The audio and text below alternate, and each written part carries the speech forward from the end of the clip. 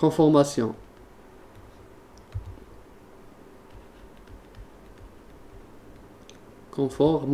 stable, elle est équivalente à un conformère. Conformation stable, elle est équivalente à un conformère. Je vais l'écrire en vert, c'est mieux.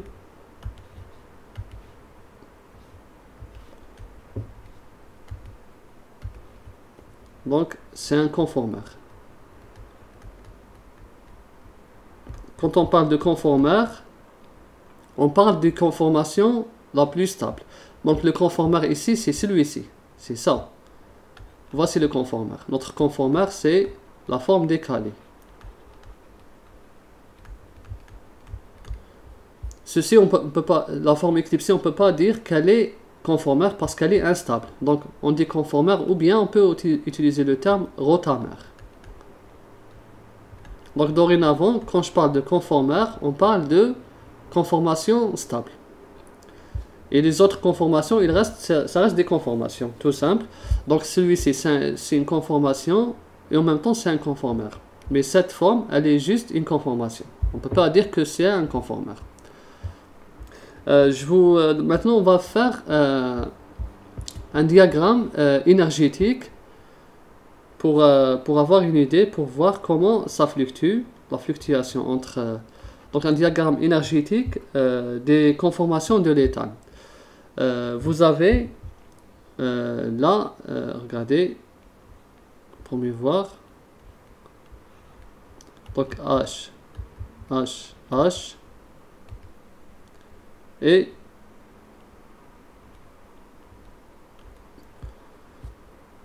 bon, de préférence, je vais faire comme ça en rouge, comme tout à l'heure, et là c'est en vert. H, et là c'est en bleu. H, H. Donc ici, ça c'est un diagramme énergétique, ça c'est l'énergie potentielle. Et là, ça va être le diagramme énergétique en fonction de l'angle dièdre. Là, il est de 0 degré, l'angle dièdre. Si vous voyez ici l'angle dièdre, il est de 0 degré. Vous voyez.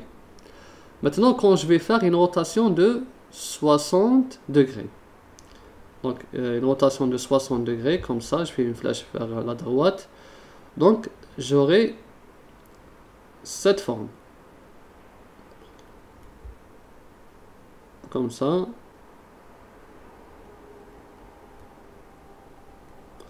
Donc, toujours H, H. Et là, j'aurai ça. H, H. Et bien sûr, en vert H et en rouge H. Donc là, l'angle dièdre, il est de 60 degrés. Vous voyez, ici, l'angle dièdre, il est de 60 degrés. Donc, on était là. Et ça descend ici. Vous voyez. Donc là, l'énergie, ici, si vous voyez, l'énergie, il y a une différence. Vous voyez. Donc ici, on a une différence d'énergie entre les deux points. Ici, je fais aussi une autre rotation. Je vais obtenir la molécule ici. Comme ça. Donc ça va être toujours H, H. Ça va être ça.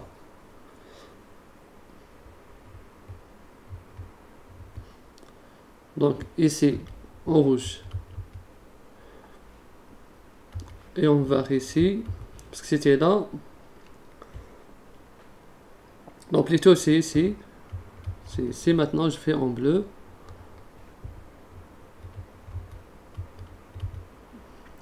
Car là, j'ai fait aussi une rotation de 60 degrés. Donc j'aurai ici.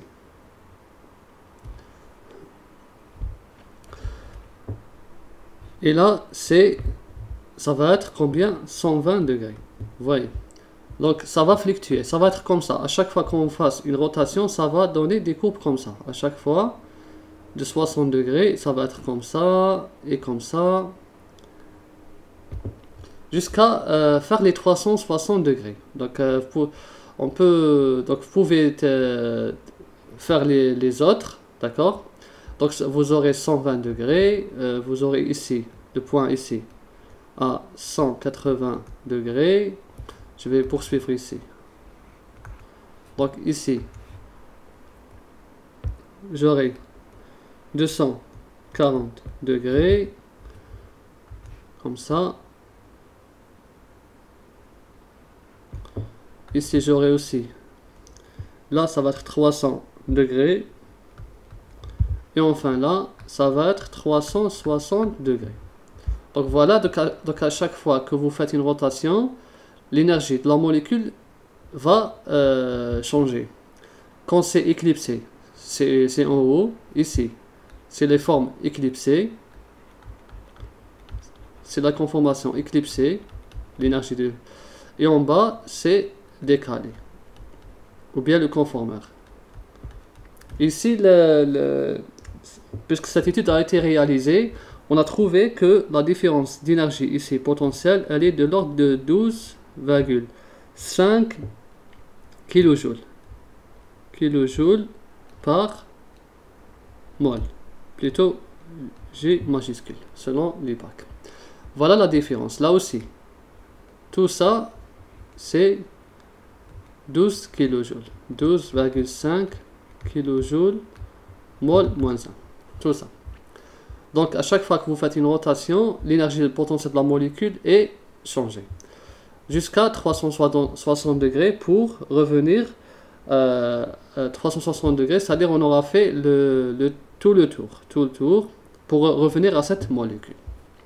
Donc voilà pour les conformeurs. Après, on va faire un autre type de molécule. Sinon, ce qu'il faut retenir, c'est que ici, le gain stérique, il est très grand dans la forme éclipsée. Par contre, il est très faible dans la forme décalée. C'est pour ça que la forme décalée prédomine.